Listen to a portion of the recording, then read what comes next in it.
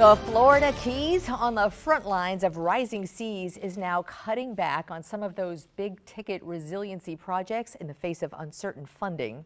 One of the potentially most critical, raising the roads and the streets where residents at times needed canoes to replace their cars. Christine Hurley is Monroe County's administrator here, joining us here via Zoom from Big Pine Key. Ms. Administrator, great to have you on the program.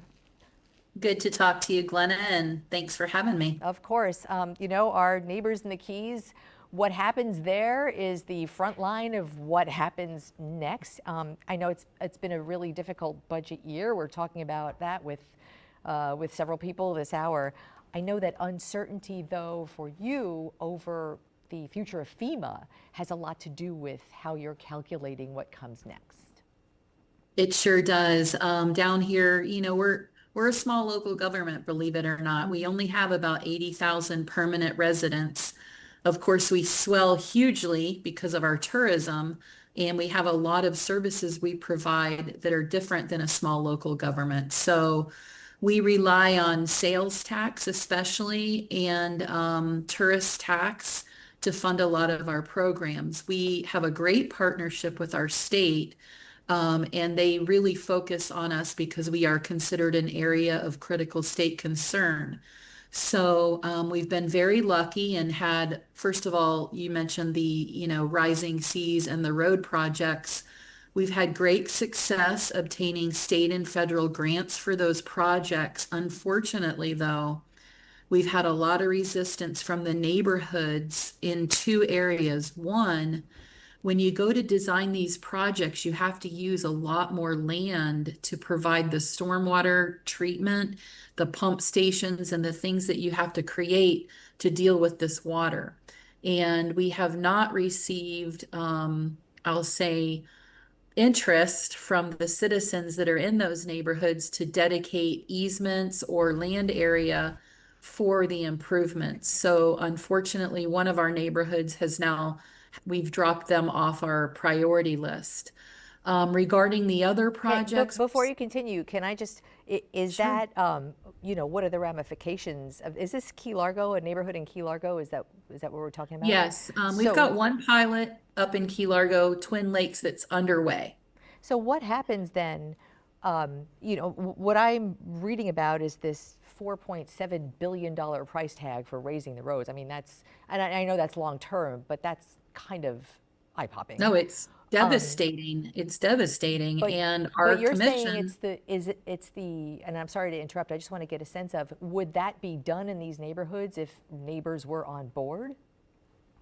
If we were able to secure grant money for the project and the neighbors are on board, then yes, we will proceed with those. And our board directed us to establish a project because the second issue is the money or the cost overruns over and above state and federal money that we're able to get in grants. And they are very conscientious about not creating a situation where every taxpayer will pay toward any overage and cost for a small neighborhood that benefits. So we are going to. Yeah, go ahead. I'm sorry. We're going to create a new program where, one, are they in favor? Because we need to know that. If they're not, we don't need to waste our time and resources.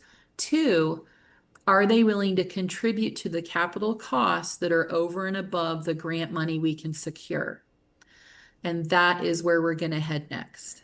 So and let me apologize, having a conversation on Zoom sometimes is not so smooth. We're working on that. The mapping shows 42 neighborhoods that are susceptible to this really difficult sea level rise for the future in the next, decade? Correct. If there is, as you say, if you can't find the will to participate of these people, plus looking at questionable FEMA federal reimbursements, I mean, what does that say about the next decade? This seems to be like there is not an option to fail here. So what, right? I mean, so what happens now? Well, let's take, for example, the neighborhood that decided they didn't want to join in and, dedicate land to do the project, they now will deal with the flooding as they have been for quite a while, actually. I have visited other communities, for example, in Louisiana, who has turned their neighborhoods that have that type of flooding into something where you can possibly have legal vacation rentals, only use the houses when it's not king tide season. But as a permanent housing unit for someone's home, I foresee that they will start to, sell off and move elsewhere. That's what I would do if I was in their situation. Um, you also mentioned, and I'm going to switch subjects because I know we have a limited amount of time, and I think this is really important for citizens to understand. The federal government has tossed out a ton of options for how they're going to reinvent FEMA. FEMA is the lifeblood after a disaster, and it's always on a reimbursement basis. But one of the things that they have thrown out as an option is to increase the threshold for when they will help or declare an emergency has happened in your community. If they increase that threshold, then we have to be prepared to fund our own recovery without reimbursement. And frankly, after Irma, within a month, we spent about 30 to 40 million dollars. Now, we did that with a loan because we knew we would get paid back.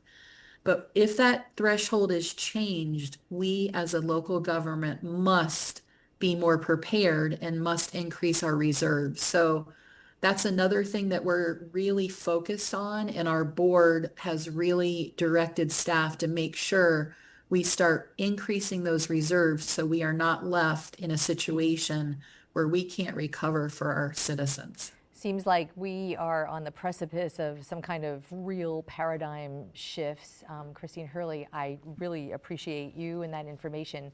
And please do keep us posted on how you are dealing with that, because I think that's something we will be absolutely scrutinizing with you in the coming decade. Yes, for sure. Every county is scrutinizing it, I'm sure of it. Yeah, thank you so much. Hmm?